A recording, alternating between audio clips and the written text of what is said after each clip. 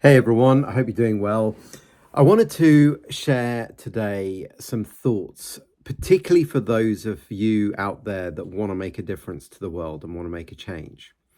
And a lot of the time we can think about that in terms of doing and activities and actions and sharing things and actually doing things to help people. And of course, there's a place for that.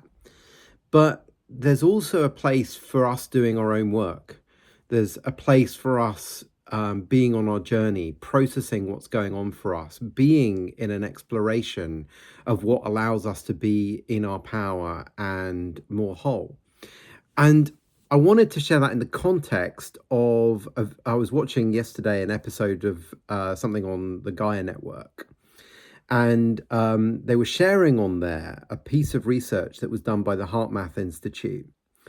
And this piece of research showed that if you had people living in adjacent apartments in a building, their heart rate, their breathing rate, and their brain rhythms would start to mimic one another. They'd start to come into a pattern together. And what was really interesting about it was that it showed that the person that was in a more coherent pattern, so somebody that was more settled in themselves and more less in fight or flight, more in their natural rest and digest state of well-being, that frequency would tend to be the one that dominates over lower frequencies. And that's the case even if the people didn't even speak, they just kind of lived near one another and they were, in sort of by the by kind of contact.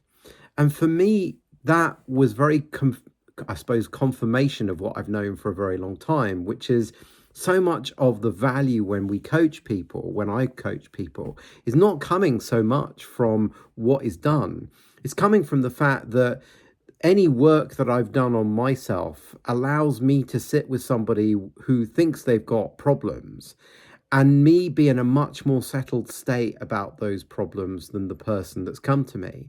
And the fact that I'm in that state allows them to organically start to connect to it and to see solutions and to see things from their own wisdom.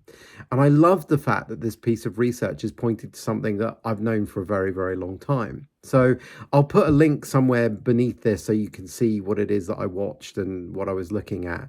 And yeah, just something I wanted to share today in case it's something you've been wrestling with. How do I make a difference? Well, perhaps you can make a difference by just being on your journey and doing your healing work and doing your inner work, so to speak. So I hope that's helpful, and sending lots of love. Take care.